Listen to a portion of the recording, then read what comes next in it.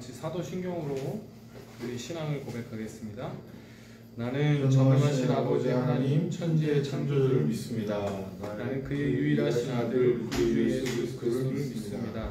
그는 성령으로 잉태되어 동정녀 마리아에게서 나시고 본디오 빌라도에게 고난을 받아 십자가에 못 박혀 죽으시고 장사된 지 사흘 만에 죽은 자 가운데서 다시 살아나셨으며 하늘에 오르시어 전능하신 아버지 하나님 우편에 앉아 계시다가 거기로부터 살아있는 자와 죽은 자를 심판하러 오십니다. 나는 성령을 믿으며 거룩한 공교회와 성도의 교제와 죄를 용서받는 것과 몸의 부활과 영생을 믿습니다. 아멘. 찬송가 305장 나 같은 죄인 상대시 같이 찬양하겠습니다.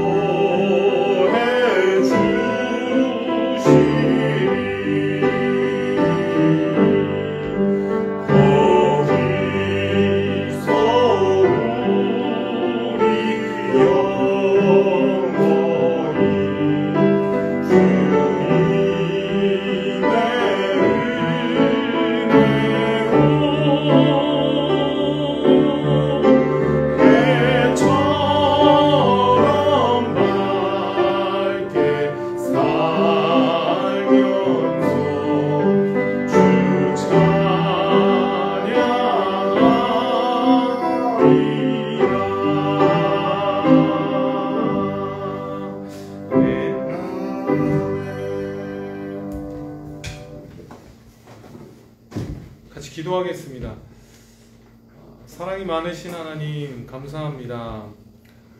우리가 죄에 대해서 또 같이 배우고 있습니다. 우리 타락하여서 우리가 이렇게 비참한 상태에 있지만 또한 우리가 이것들을 열심히 배우는 것은 하나님께서 이 비참 가운데 우리를 어떻게 꺼내주셨고 무엇이 얼마나 달라졌고 또 얼마나 영광스러운 자리로 가고 있음을 우리가 배우는 것입니다. 하나님 잘 배우게 하셔서 잘 알게 하셔서 은혜임을 분명히 깨닫게 하여 주시고 더 감사가 넘쳐나게 하시고 우리의 삶 가운데 감사를 발견할 수 있는 눈을 허락해 주시옵소서.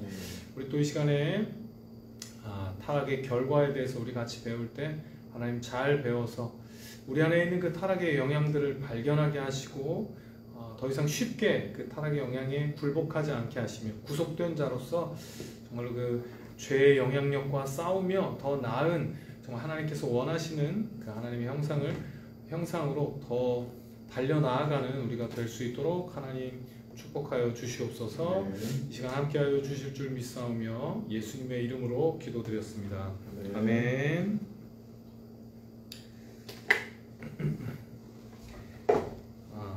네, 우리 계속해서 인간론 우리 같이 배우고 있는데요.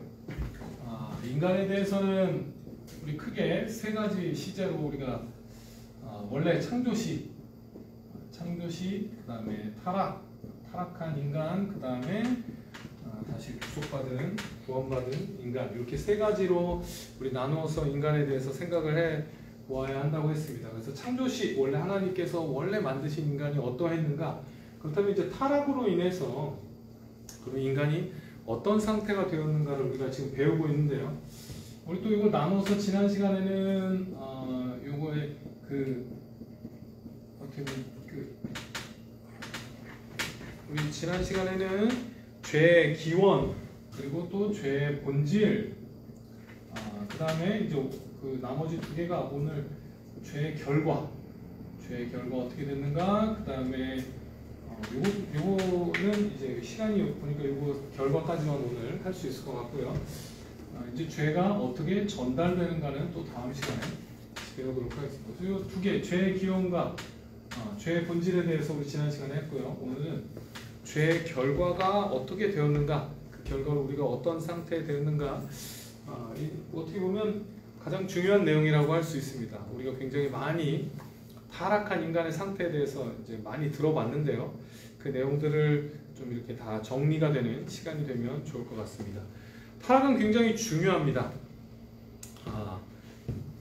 우리 이미 구속받은 우리가 왜 중요한가? 그 타락의 내용이 왜 알아야 되고 왜 중요한가? 사실은 무엇이 망가졌는지를 알아야 어떤 부분들이 회복되는지도 우리가 알 수 있기 때문입니다. 극단적인 예를 들면 원래부터 인간은 날아다니는 존재가 아니었거든요. 그래서 구원을 얻는다고 해서 이제 날아갈 수 있게 되는 건 분명히 아닙니다. 하나님의 원래의 창조 원리에 맞게 그렇게 회복되는 겁니다. 그래서 원래의 모습을 아는 것도 굉장히 중요하고요. 뭐가 잘못됐는지를 아는 게 얼마나 중요하냐면 그 잘못된 것에서부터 이제 회복되었을 때 제대로 기능할 것을 우리가 소망해야 되는 것입니다. 아파서 냄새를 못 맡게 된다고 구원받았으면 이제 당연히 치료가 되었으면 냄새를 맡기를 소망하고 당연히 기대가 있어야 합니다. 사실상 타락의 내용은 우리 현실에 대해서 잘 설명을 해주고요. 우리가 왜 원래 이렇게 지음받은 존재가 아니라는 거, 그것들을 타락을 통해서 우리 분명히 알아야 하고요. 또 그것을 회복하기 위해서 하나님께서 구원을 하셨는데 이제 회복에 대해서 기대를 하고 우리도 그 길로 가고 있음을 분명히 기억하셔야 합니다. 우리 지난 시간에 그 아담과 하와의 어떤 그 언약을 어긴 그 죄의 본질에 대해서 같이 배웠습니다. 단순히 어떤 금지된 그 열매를 먹는 행위가 아담과 하와가 지은 죄가 아님을 우리 지난 시간에 같이 나눴는데요. 선악을 알게 하는 나무의 실과를 먹는 행동으로 나타났을 뿐이지 그거에 대한 본래 내용은 하나님과의 언약을 깨트리는 것이었고요. 그냥 그 단순히 실과를 이거 먹지마 했는데 그걸 먹었다는 게 문제가 아니라 하나님과의 언약을 깨트린 게 그거의 진짜 내용이고요. 또 그거에 대한 하나님에 대한 의도적인 불순종이었다는 거. 그냥 열매를 먹은 거 정도가 아니라 의도적으로 하나님에 대한 불순종이었고 더 나아가서 반역이었고 또 그 의도에 있어서는 하나님과 같이 되려는 시도였다는 것을 우리 지난 시간에 같이 배웠습니다. 그렇게 하나님처럼 돼서 자율적인 존재가 되려고 선악을 알게 한 나무의 실과를 따먹는 행동을 한 것입니다. 그래서 결국 이제 그 언약은 깨어지게 되었고요. 최초의 인류이자 또 인류의 어떤 최초의 인간이자 인류의 대표로서 하나님과 맺은 언약이 이제 깨지게 됨으로써 그 언약에 함께 붙어있던 그 상벌 조항이 이제 작동하게 되는 겁니다. 언약을 깨트리면 나타나게 되는 하나님의 벌은 죽음이었습니다. 사망이었습니다. 근데 이상한 게 있습니다. 아담이 바로 죽지 않았다는 겁니다. 아담이 바로 죽지 않았어요. 왜 아담이 죽지 않았을까? 그렇다면 뱀의 말이 맞는 거 아닙니까? 뱀이 그랬거든요. 야, 너 그거 먹어도 죽지 않는다. 분명히 죽지 않는다. 그 뱀이 말한 게 맞습니까? 아니, 물론 아닙니다. 물론 뱀의 말은 거짓말이었습니다.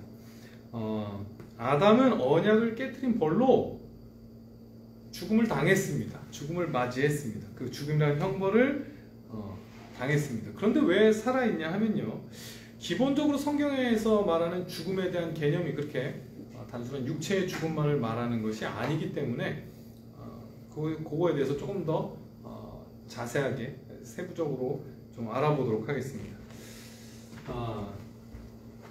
죽음이라는 것은 성경에서 죽음이라는 것은 기본적으로 하나님과의 분리입니다. 하나님과의 분리. 죄의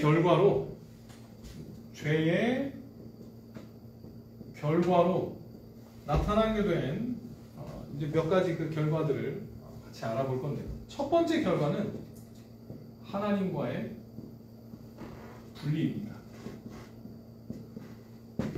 하나님과의 분리. 이게 이제 사실은 그 하나님과의 분리라는 것이 그 죽음의 어떤 성경의 아주 기본적인 내용입니다. 죽음이라는 거 하나님과의 분리입니다. 근데 이제 이것도 조금 더 나누어서 생각할 수 있는데요.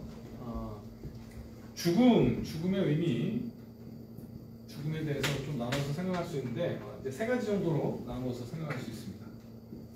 죽음. 첫 번째는 영적인 죽음입니다. 영적인 죽음. 영적인 죽음은 하나님과의 교제로부터 분리되는 것. 이게 이제 영적인 죽음입니다. 영적으로 죽은 사람은 하나님을 알지도 못하고 하나님을 사랑하지도 못하고 하나님께 순종할 수도 없으며 하나님과 교제를 나눌 수도 없습니다. 이게 이제 상당히 심각한 상태인데요. 왜냐하면 애초에 인간은 하나님의 형상대로 만들어졌는데 하나님께서는 처음부터 인간을 어떤 존재로 만들었냐? 하나님과 교제를 나누어야만 하는, 그래야만 살 수 있는 존재로 애초에 그런 목적으로 창조하신 것입니다. 아예 그렇게 설계하신 것입니다.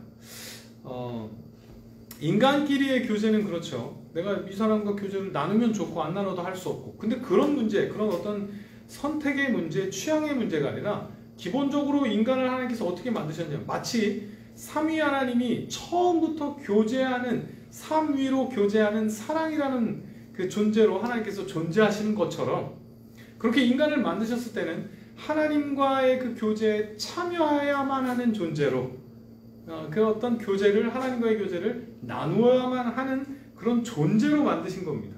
그래서 이거는 선택의 문제가 아니라 어떤 존재의 문제입니다. 인간은 애초에 그렇게 존재하지 않으면 그것을 성경은 뭐라고 표현하면 죽음이라고 표현을 하는 것입니다. 이게 사실은 되게 이게 심각한 문제인 겁니다. 그 교제의 상실은 그래서 성경에서는 영적인 죽음이라고 그렇게 표현을 합니다.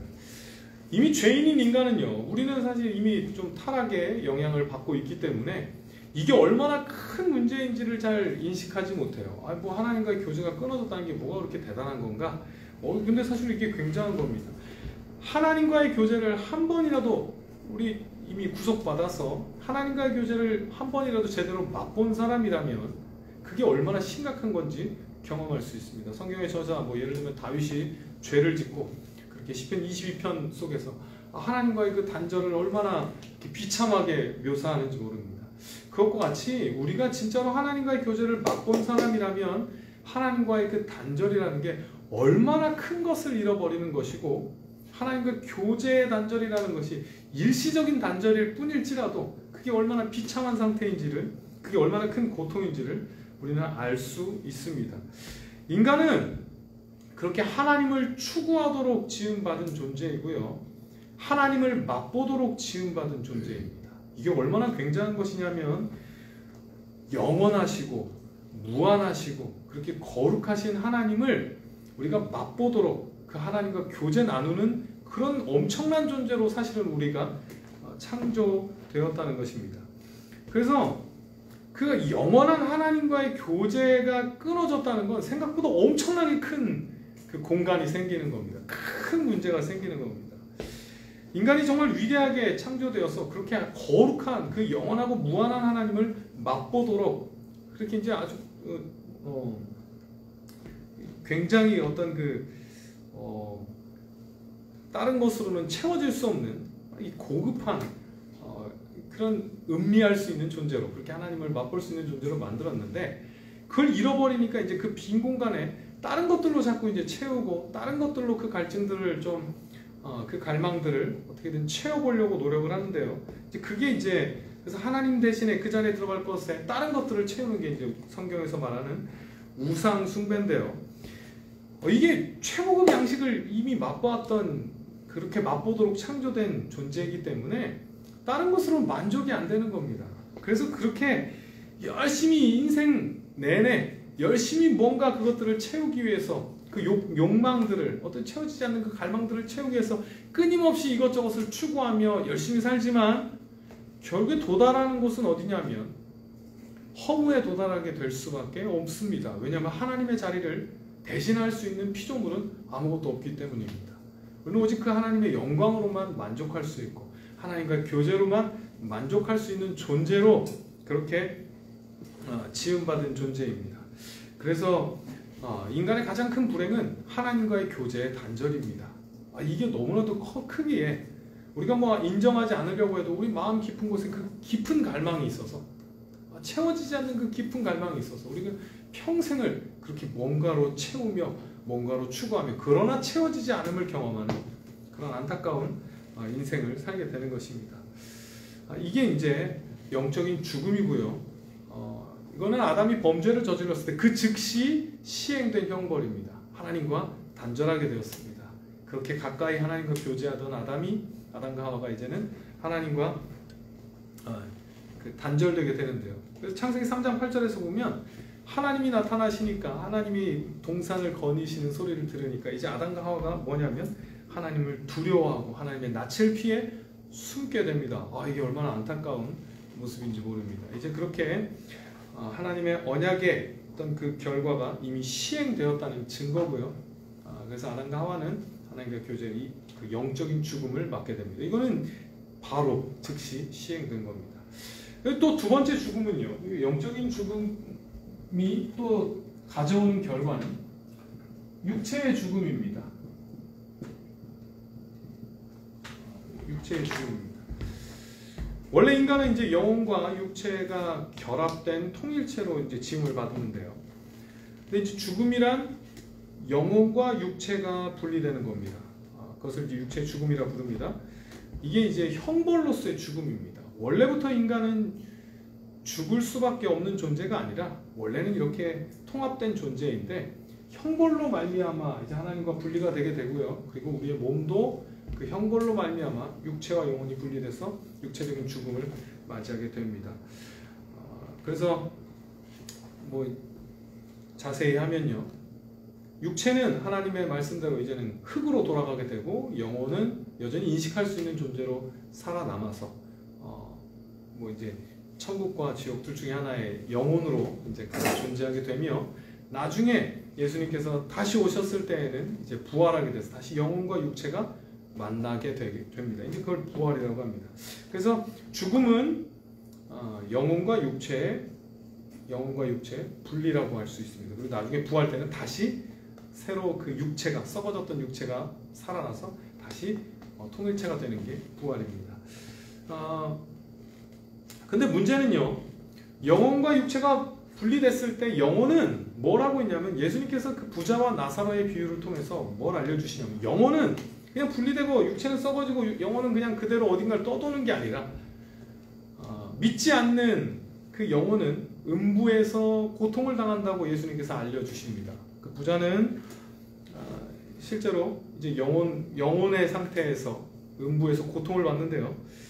그 고통이 얼마나 큰지 이제 이렇게 뭐 문학적인 표현이지만 이렇게 표현을 합니다. 물 한 방울을 손으로 찍어서 내 혀를 좀 적셔달라고 그렇게 이제 고통을 표현합니다. 그런 엄청난 고통 속에서 영혼이 고통을 느끼고 있으며 그래서 부자가 그게 얼마나 힘들었는지 자기 자녀들은 어떻게든 이곳에 오지 않도록 가서 얘기해달라고 이제 그렇게 부탁을 하는 장면이 나옵니다. 그렇습니다. 그 영혼과 육체가 분리돼서 육체는 썩어지지만 영혼은 이제 하나님 곁에 있던가 아니면 음부에서 고통을 당하게 됩니다. 이제 그게 육체적인 죽음입니다. 이 육체적인 죽음은 아담과 하와가 언약을 깨트린 순간에 바로 시행되지 않았습니다. 이거는 이제 하나님의 은혜로 말미암아 시행이 연기된 겁니다. 영적인 죽음은 바로 시행됐지만 그러나 육적인 죽음은 조금 연기되어서 점점 죽어가게 됩니다. 이게 왜 은혜냐면 하나님께서 영원한 죽음으로 그냥 인류를 포기하는 것이 아니라 다시 구원하기로 하나님께서 계획을 세우셨고요. 그래서 그 구원이 시행될 수 있는 그 시간을 마련하는 겁니다. 그 사이에 하나님의 약속이 이어지고 자녀가 계속해서 출생하여서 하나님의 약속이 이어지고 마침내는 그 하나님께서 그 구원을 이루시기 위해서 그 육체의 죽음은 조금 더 유예를 해서 천천히 시행되게 되는 것입니다. 그래서 결국에는 그 하나님의 육체의 죽음이 조금 더 연기됐기 때문에 예수 그리스도께서 그 약속대로 태어나게 되시고요. 그래서 이제 구원을 하나님께서 이루어가게 되십니다. 그 다음에 이제 영적인 죽음, 육체의 죽음, 그 다음은 영원한 죽음입니다. 뭐 이게 사실은 다른 것이 아니라요. 어떤 구분되는 죽음이 아니라 영원한 죽음은 쉽게 말하면 영적인 죽음의 완성이라고 뭐 이런 걸 완성이라고 표현해도 되는지 모르겠지만 영원한 죽음이라는 것은 영적인 죽음의 완성이고 최종적인 결과라고 할 수 있습니다.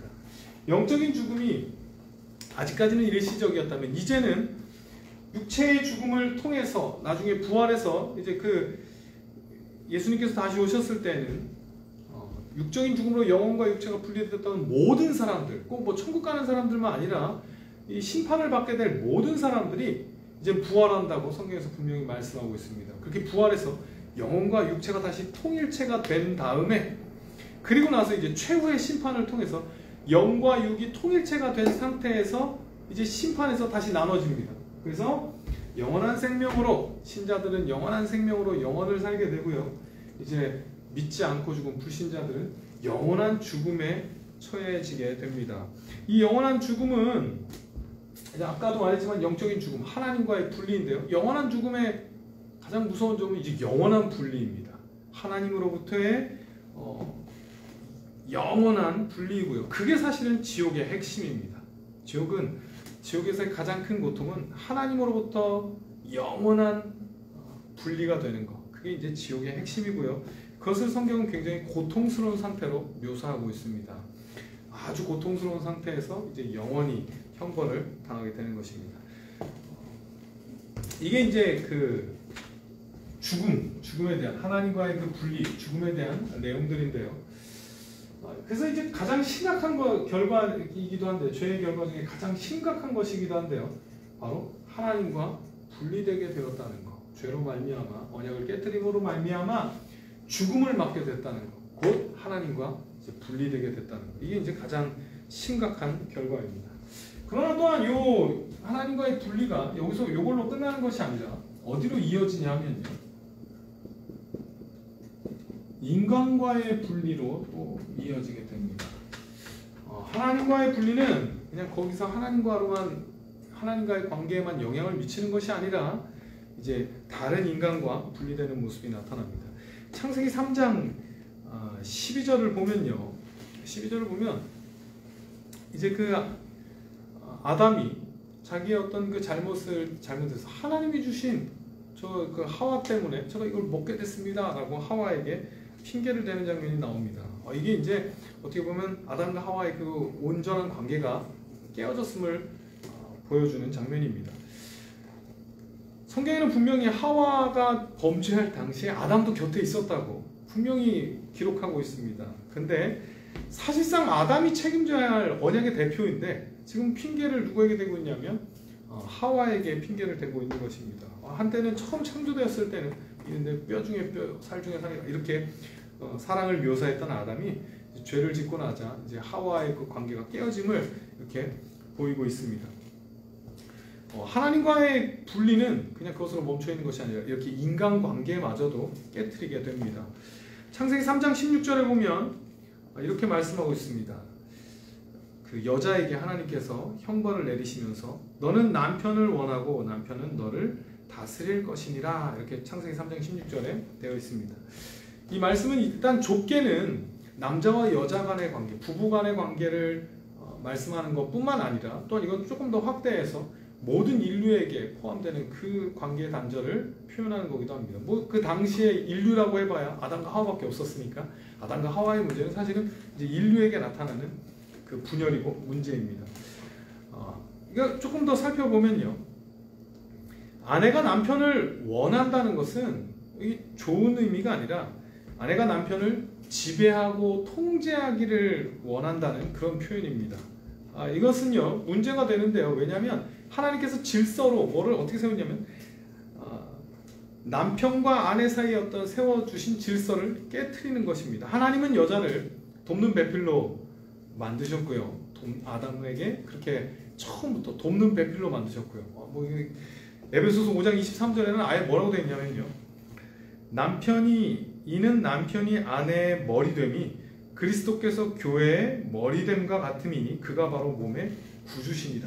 심지어 이 관계를 어디다 비교하고 있냐면 에베소서에서는 교회와 머리와의 관계, 교회와 예수님과의 관계로 그렇게 아내와 남편을 비교하고 있습니다. 결국에는 남편이 머리라는 거죠. 그 정도의. 이게 되게 이제 그 아내분들이나 여자분들이 기분 나빠하실 수도 있습니다. 그런데 이것은 그냥 그렇게 어떤 그 지위가 다르다는 의미가 절대 아닙니다. 이거 오해하시면 안 됩니다. 존재적인 면에서 한 인간으로서 남자와 여자는 완전히 동등합니다.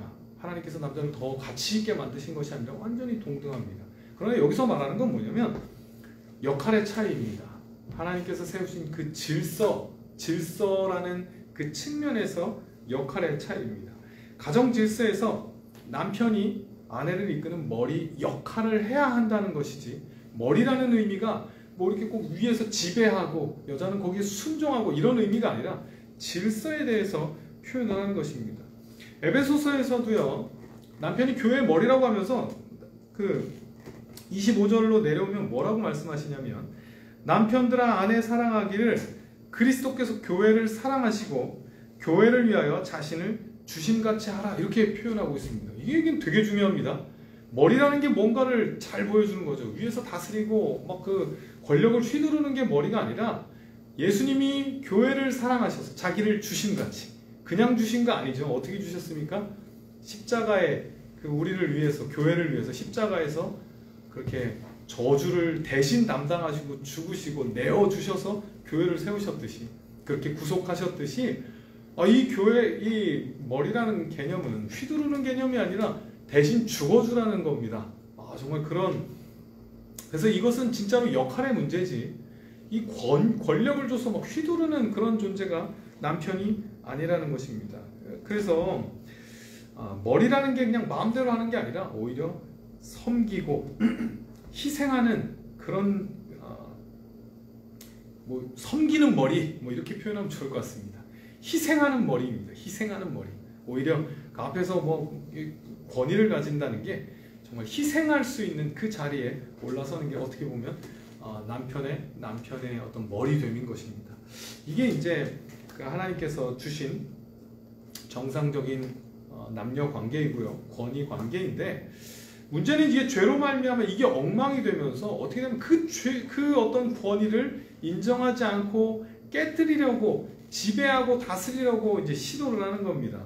그래서 아내가 남편을 다스리고 지배하려고 남편의 권위를 부정하고 거부하게 되고 무시하게 되면서 이제 그 가정의 질서가 무너지고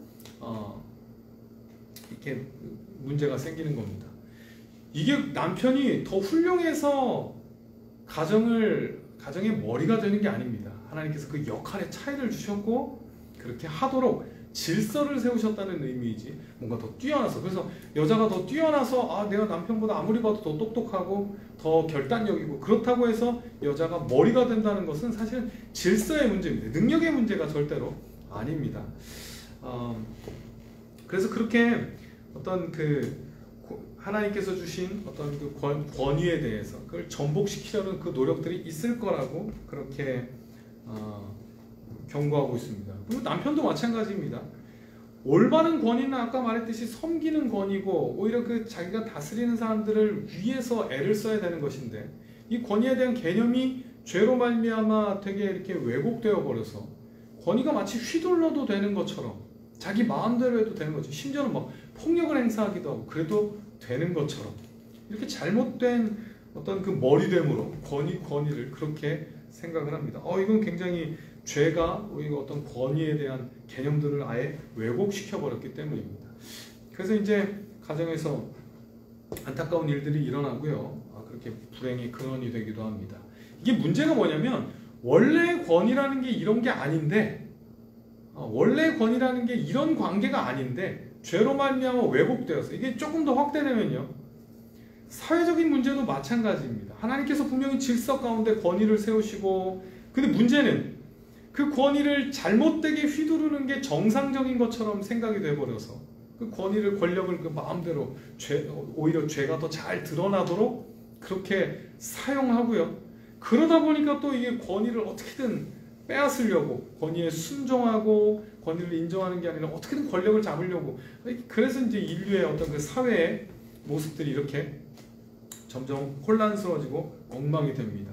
또한 순종하는 사람의 입장에서도 그 권위에 대한 아주 그 거부감 때문에 권위에 대한 아주 왜곡된 지금까지 경험한 권위가 너무나도 그 죄에 물든 권위를 경험해왔기 때문에 권위 자체를 아예 막 부정하는 그런 형태로 나타나기도 합니다. 이게 이제 사실은 아담과 하와가 언약을 깨트린 그 덕분에 이렇게 잘못된 인간관계가 하나님과의 관계가 깨어짐으로 말미암아 인간과의 관계도 깨어져서 이런 큰 혼란이 일어나게 된 것입니다. 분명히 아셔야 합니다. 우리 수평적인 관계가 이렇게 혼란스러우고 깨어진 이유는 수직적 하나님과의 그 관계가 깨어졌기 때문에 그 영향으로 이렇게 인간과의 분리 이런 문제들이 나타나게 된 것입니다. 또한 한 가지 더 해야 될 것은요.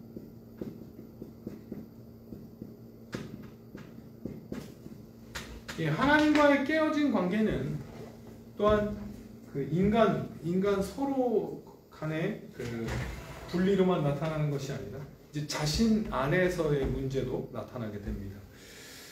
죄는 또한 한 개인의 그 내면 안에서도 관계만이 아니라 그 내면 자기 자신과의 관계에 있어서도 되게 심각한 해악을 끼치게 됩니다. 죄는요 인간 그 본성 전체에 영향을 미치게 되는데요. 이를 그래서 신학 용어로는 전적 부패라고 합니다. 우리 이 용어들은 기억해 주셨으면 좋겠습니다. 전적 부패라는 것은 인간의 어떤 이 본성 가운데 보통 인간의 본성을 지성, 감성, 의지 이렇게 하는 지정의로 이렇게 표현하는데 그 지정의 이런 모든 요소 중에 한 부분도 죄의 영향을 받지 부패의 영향을 받지 않은 부분이 하나도 없다는 것이 전적 부패입니다. 이 말은 이런 의미는 아닙니다. 그러니까 우리가 부패가 전적 부패라고 해서 정말 최악의 상태가 됐다는 의미가 아니라 모든 부분, 영역에 있어서 모든 부분들이 다 영향을 받았다는 겁니다. 요거를 조금 잘못 전적 부패를 인정하지 않는 로마 카톨릭 같은 경우는요, 전적 부패가 아니라 왜 이제 전적 부패라는 단어를 쓰냐면 로마 카톨릭에서는 뭐라고 표현하냐면 다른 부분들은 부패의 영향을 받았는데 지성은 부패의 영향을 받지 않았다고 합니다. 그래서 최선을 다해서 우리가 지금 타락한 상태이지만 최선을 다해서 지성을 활용하고 공부를 하면 하나님에 대한 올바른 지식을 가질 수 있다고, 이걸 이제 뭐 자연신학이라고 하는데요. 그렇게 자연 이성만으로도 하나님을 찾을 수 있다고 주장을 합니다. 그래서 특별 계시가 아니어도 이 최선을 다해서 지성을 활용할 때, 그러면 최선을 다해 연구하면 하나님에 대한 올바른 지식들을 획득할 수 있다라고 이제 주장을 합니다. 그게 우리는 아니라는 겁니다. 우리는 어느 한 부분도 부패의 영향을 받지 않은 부분이 없습니다. 우리 뭐 안 믿는 사람들도요, 하나님을 모르는 사람도 선한 일 분명히 합니다. 선과 악의 기준들이 있고요, 양심에 따라 행동하기도 하고요, 올바른 행동들을 하기도 합니다. 그러나 전적 부패라는 것은 뭐냐면 아예 그런 일들을 못한다는 것이 아니라 그런 일들을 하지만 좋은 의도로 시작하지만 그러나 그 안에 부패의 영향이 안 미칠 수 없다는 겁니다. 왜냐하면 우리가 가지고 있는 모든 생각과 모든 부분에 있어서 죄가 영향을 미치기 때문입니다. 이것은 그냥 우리의 상상이 아니라 예수님께서 직접 말씀하셨는데요. 마가복음 7장 15에서 23절을 보시면 이제 그런 논쟁을 합니다. 이 더러운 손으로 먹는 게 우리의 몸을 더럽힌다 이렇게 주장하는 것에 대해서 예수님께서 뭐라고 하시냐면 아니다. 바깥에서 들어가는 게 아니라 그 마음에서 나오는 것이 우리를 더럽게 하는 거고 그게 진짜 큰 문제다 라고 말씀하시는데요. 마음이라는 게 뭐냐면 마음이라는 게 뭐 지정의 중에 정을 이야기하는 게 아니라 마음이라는 건 우리의 본질의 가장 깊은 곳을 성경은 마음이라고 표현합니다. 그곳 마음 그 가장 깊은 곳에부터 이미 부패의 영향이 있기 때문에 이거는 어떻게 보면 마음의 인간이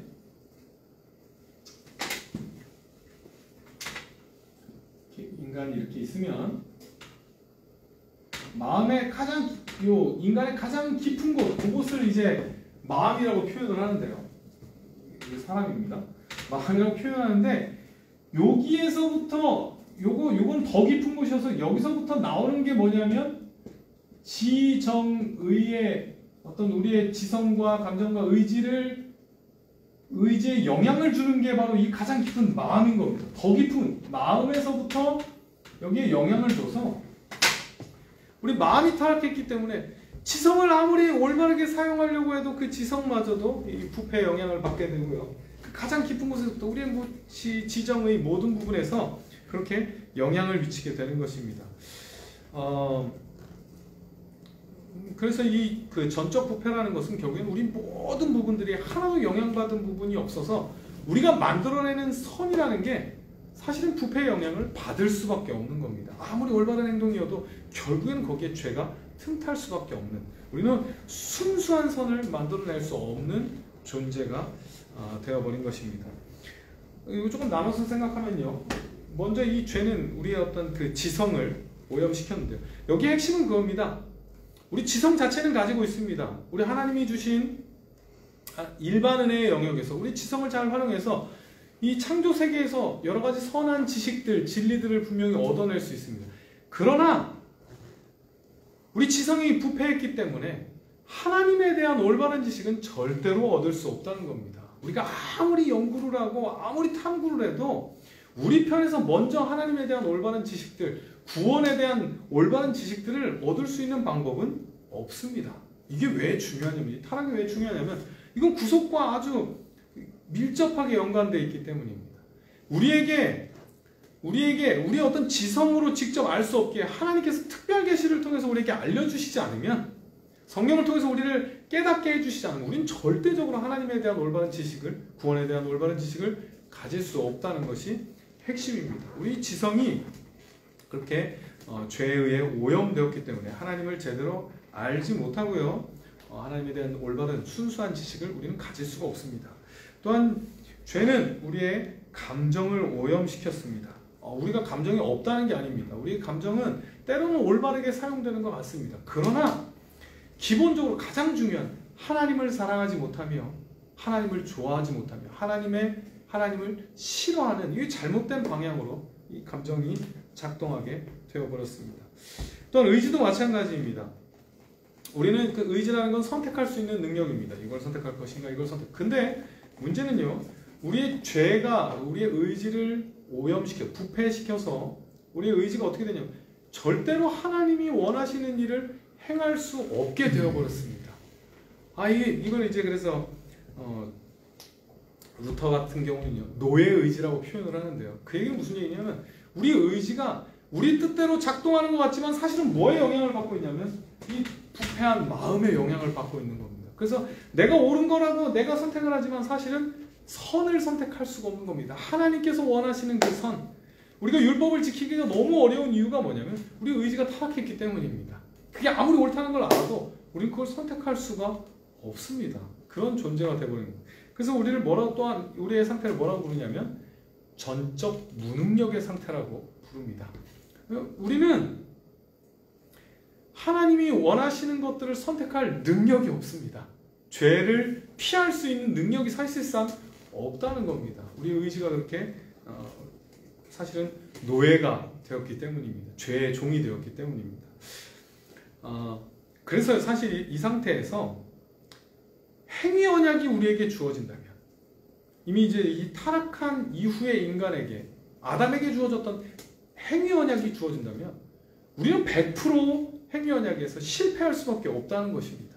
그게 이제 이 타락에서 너무 중요한 전제입니다. 이거는 구속과도 연결이 됩니다. 우리의 의지로는 절대로 하나님이 원하시는 선한 행위, 그 율법의 가치에 맞는 올바른 기준을 채울 수 있는 능력이 없기 때문에, 그걸 알 수도 없고 그걸 좋아할 수도 없고 그걸 실행할 수도 없는 존재이기 때문에, 전적 무능력한 상태이기 때문에, 전적 부패, 전적 무능력한 상태이기 때문에 우리에게 행위 구원이 주어진다면, 행위 조건이 주어진다면, 행위 언약이 주어진다면 우리는 모두 다 실패할 수밖에 없는 상태라는 겁니다. 이런 상태이기 때문에 뭐가 필요하냐면 외부에서의 도움이 필요하고요, 외부에서 들어오는 의가 필요하게 되는 겁니다. 그래서 예수 그리스도로만 구원을 얻을 수 있다는 그 내용이 이런 전제 아래 있기 때문에 너무 중요한 겁니다. 우리에겐 다른 아무리 좋은 구원의 방법이 주어져도 우리 스스로 그걸 할 수 없기 때문에, 어떤 게 옳은 건지 다 알려줘도 우리는 그걸 선택할 수 없기 때문에 외부적인 의가 필요하고요. 그래서 너무 당연하게 어떤 게 진리가 되냐면요, 오직 예수 그리스도로만 구원을 얻을 수 있다. 구원받는 게, 하나님께로 나아가는 오직 한 길은 예수 그리스도를 통해서만 갈 수 있다는 겁니다. 왜냐하면 우리 스스로는 절대로 행위로는 올바른 선택을 할 수 없는 존재들이기 때문입니다. 그래서 이 타락은 너무 중요합니다. 이 부분들에 있어서 이제 다음번에 또 조금 더 확인을 할 텐데요. 이 타락의 부분에 있어서 얼만큼 인정하느냐, 이 전적 분패를 인정하지 않으면 자꾸 뭐가 나오냐면 행위 구원이 나오게 됩니다. 우리 다시 마치 아담처럼 선택할 수 있는 것처럼. 이제 처음부터 기독교에서 처음 논쟁이 이제 펠라기우스라는 사람과의 논쟁이었는데, 그 사람의 문제는 뭐였냐면, 인간을 아담의, 이거 다음 시간에 할 건데요, 아담의 죄가 인간에게 전가된 것이 아니라고 얘기함으로써 인간이 아담처럼 다시 선택의 자리에 있다고, 여전히 행위 언약 가운데 있다고 주장을 하는 겁니다. 선한 행위를 통해서 구원받을 수 있다라고 주장하는데, 이게 사실은 우리에게 엄청난 불행인 겁니다. 이게 만약 맞다면요. 왜냐하면 우리는 전적 타락, 우리가 느끼고 있지 않습니까? 우리가 뭐 선한 것을 선택할 수 있습니까? 아직도 하나님의 은혜와 그 그리스도의 공로를 아는 우리도 여전히 죄를 이기는 것이 너무나도 어렵고, 우리 마음 가운데는 그 수없이 많은 패배들을 경험합니다. 예수 그리스도의 은혜 없이는 도저히 할 수 없다는 걸 우리는 진짜 실제적으로 경험을 하는데요, 만약에 우리에게 그런 어떤 조건들이 주어졌다면 우리는 진짜 불행한 사람들이 되는 겁니다. 그래서 이 타락의 내용들은 너무너무 중요합니다. 우리 그렇게 전적 부패의 상태에 있다는 거, 너무 중요합니다. 우리 몸이 그렇게 되었다는 거. 그리고요, 또한 이제 그런 우리가 하나님으로부터 분리가 됨으로 말미암아 되게 심각한 문제가 생겼는데, 그게 이제 자신과의 분리입니다. 죄가 우리에게 영향을 미쳐서요, 이제는 사실은 원래는 하나님과의 관계 속에서 나 자신을 자리매김하고 평가받아야 되는데, 이 하나님과의 관계 속에서 그 관계가 끊어짐으로 말미암아 이제는 어떻게 되냐면, 그냥 상대적으로 나를 평가하게 됨으로써 우리가 나타나는 죄의 영향은, 가장 크게 나타나는 자신과의 영향은 나를 자꾸 다른 사람과 비교함을 통해서 정체성을 확인하려고 한다는 겁니다. 다른 사람들보다 나은 점을 통해서 만족하려고 하고, 그게 행복이라고 생각을 합니다. 예를 들면요, 이게 돈이 얼만큼 있어야 행복합니까? 지금 사실은 우리 현대 살아가는 우리는 굉장히 물질적으로 풍요한 시대에 살아가는데요, 그런데도 왜 이렇게 상대적 박탈감을 느끼냐면, 우리가 상대적으로 생각하기 때문입니다. 우리의 사실은 만족은 어디서 오냐면, 내가 저 사람보다 많이 가져야 행복하고요, 다른 사람들이 못하는 걸 내가 해야 행복하다고 느낍니다. 그게 만족입니다. 공동 1등, 우리 다 같이 1등이다, 여기는 별로 안 기뻐요. 다른 사람들은 다 떨어졌는데 나만 1등이다, 이게 사실은 굉장한 행복으로 다가오는 겁니다. 돈이 많다는 것도, 사실은 돈이 많아야 행복하다는 것도, 이게 얼마나 상대적이 되어버렸냐면, 다른 사람 다 하는 거, 왜 명품을 그렇게 사려고 하냐면, 다른 사람들이 못 사는 걸 내가 갖고 다녀야 행복하거든요. 명품도 다 같이 공유하면 얼마나 좋습니까? 근데 그러면 별로 안 좋아요. 그러더라고요. 우리나라에서 잘 팔리려면 명품 그 브랜드들이 우리나라에서는 오히려 돈을 더 높게 책정을 한답니다. 그래야 인기가 더 좋대요. 왜냐하면 딴 사람들이 못 사야 하는 걸 내가 사야 이게 행복이거든요. 그렇게 우리를 자꾸 어떤 그 비교를 통해서 우리의 정체성을 획득하게 만드는 게 죄입니다. 하나님과의 관계 안에서 하나님이 인정해 주시는 그 정체성이 아니라 자꾸 스스로 정체감을 확인하려 하기 때문에 비교 우위를 통해서 행복하려고 해요. 반대로 비교 우위가 되지 못할 때는 그러면 이제 아주 심각한 우울과 불행을 경험하게 되는 겁니다. 왜 딴 사람들 다 하는데 난 이거 못하는가? 이제 거기서 이제 불행을 경험하게 됩니다. 분명한 것은요, 우리가 진짜로 만족을 누리려면 어떤 것들을 채워서 만족을 누리는 게 아니라 하나님과의 교제를 통해서 많이 진짜 행복과 만족을 누릴 수 있다는 겁니다. 비교 우위를 통해서 도대체 언제까지 가야 비교 우위를 통해 행복을 누릴 수 있겠습니까? 불가능은 합니다. 우리는 하나님이라는 그 절대적인 존재와의 관계 속에서 만족과 행복을 누리도록 창조되었지 절대로 이 상대적인 것들을 통해서 만족을 누릴 수 있는 존재가 아니라는 거 우리 분명히 기억하셔야 합니다. 오늘 마지막으로요, 자연과의 분리.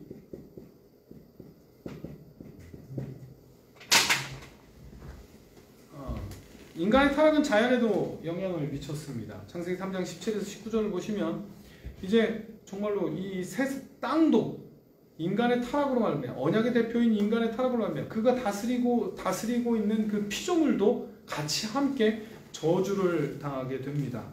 원래 인간은 자연과 완전한 조화를 누리고요. 인간이 열심히 일하는 만큼 자연은 결과를 내게 됩니다. 그러나 타락으로 말미암아 이제는 엉겅퀴를 내고요. 땀을 흘려야만 먹고 살 수 있는 생존의 문제가 됩니다. 자연과의 관계가. 원래 조화와 어떤 의미 있고 하나님께서 주신 그 명령에 대해 의미 있고 가치 있는 노동이 아니라 이제 노동의 의미가 변질되어서 죄로 말미암아 고통스러운 노동을 하게 되고요. 우리 어떤 그 일에서의 어떤 노동의 가치가 즐거움들이 다 사라지고요. 원래 노동 자체가 그러니까 하나님의 형벌이 아닙니다. 노동이 저주가 아닙니다. 처음에 하나님께 주신 노동은 굉장히 우리에게 주신 어떻게 보면 선물이었습니다. 의미 있고 가치 있고 뭔가를 생산해내는 아주 중요한 하나님의 선물이었는데요. 근데 이제 그게 뭐가 문제가 됐냐면 그 안에 고통이 들어오게 되고요. 이제는 노동의 의미를 잃어버리고 열심히 일하는 이유가 어떤 의미 있는 것이 아니라 그냥 생존을 위한 것. 고통스러운 노동이 되어버렸다는 것입니다. 이게 이제 모두 그 타락의 결과로 우리 지금 이 현재 어떤 삶을 살고 있는지 타락으로 말미암아 어떻게 왜곡되었는지를 성경이 이렇게 설명을 하고 있습니다. 중요한 것은요, 이게 타락으로 말미암아 우리가 이런 현실을 살고 있다면 그건 회복이 가능하다는 얘기입니다. 하나님께서 이런 문제들에 대해서 회복을 시작하셨고요. 구속이라는 것은 하나님과의 관계가 회복된다는 것은 이 나머지 문제들도 분명히 이제 회복될, 그 마지막에는 완전히 회복될 거고요. 지금 이미 시작된 구속을 경험한 우리는 이미 이 회복들을 맛볼 수 있게 된다는 겁니다. 이거 나중에 이제 구속 때 더 구원론에서 더 자세하게 같이 배우게 되겠지만 우리 중요한 거 한 가지는 꼭 기억하셨으면 좋겠습니다. 이 모든 문제의 가장 근본적인 원인이 뭐였냐면 하나님과의 분리, 바로 그 영적인 죽음이 이 모든 문제들을 다 가져왔다는 것. 하나님과의 교제에서 분리되어서 이 모든 문제들이 발생했다는 것. 이게 너무 중요합니다. 다른 해결책은요, 우리의 어떤 그 고통에 대한, 우리 삶에서 만나는 그 고통에 대한 이 문제들에 대한 다른 해결책은요, 일시적인 해결책일 뿐입니다. 그건 근본적인 해결책이 될 수 없습니다. 그래서 어떻게 보면 진짜 문제로 인해 나타나는 현상에 불과한 겁니다. 우리 가장 근본적인 문제가 하나님과의 단절, 하나님과 교제에서의 단절임을 우리 분명히 기억하셔서, 그렇다면 그 회복의 첫 번째 단계는 너무나도 당연하게 하나님과의 교제의 회복입니다. 바로 그 일을 위해서 하나님께서 구원을 시작하셨고요. 그 교제를 회복하기 위해 구원을 시작하셨고, 오늘 구원받은 우리는 그 교제가 이미 시작되었고 가능한 존재가 되었습니다. 우리의 많은 어려움들과 고통 가운데, 문제 가운데 일단 가장 첫 번째 회복되어야 될 것은 하나님과의 교제입니다. 그것들을 회복할 때 정말 우리가 이 하나님이 원래 주셨던 그 행복들을 맛볼 수 있고요. 우리 진짜 인간됨의 의미를 진짜로 누릴 수 있게 된다는 것입니다. 요즘 우리가 주일날 예배에 대해서 계속 공부를 하고 있는데요. 설교를 듣고 있는데 그렇습니다. 우리 뭐 지난 시간에도 하나님께서 구원을 하신 목적 예배입니다. 너무 중요합니다. 하나님과의 교제를 회복한다는 것. 그 첫 번째가 뭐냐면 하나님과의 그 예배를 회복하는 것입니다. 우리 중요합니다. 우리 먼저 다른 어떤 것보다 먼저 우리 예배를 통한 하나님과의 교제를 회복할 때 우리 삶의 다른 많은 영역에서의 문제들이 해결될 수 있다는 것입니다. 그 첫 번째 단계는 하나님과의 관계 회복, 관계를 대표적으로 표현할 수 있는 예배의 회복입니다. 우리 정말로 예배를 풍성하게 누리셔서 우리 하나님과의 교제들을 풍성하게 회복하셔서 그 맛을 보셔서 진짜로 그 교제로부터 흘러나오는 삶의 회복들을 경험하는 우리 귀한 성도님들과 제가 되었으면 좋겠습니다. 기도하겠습니다.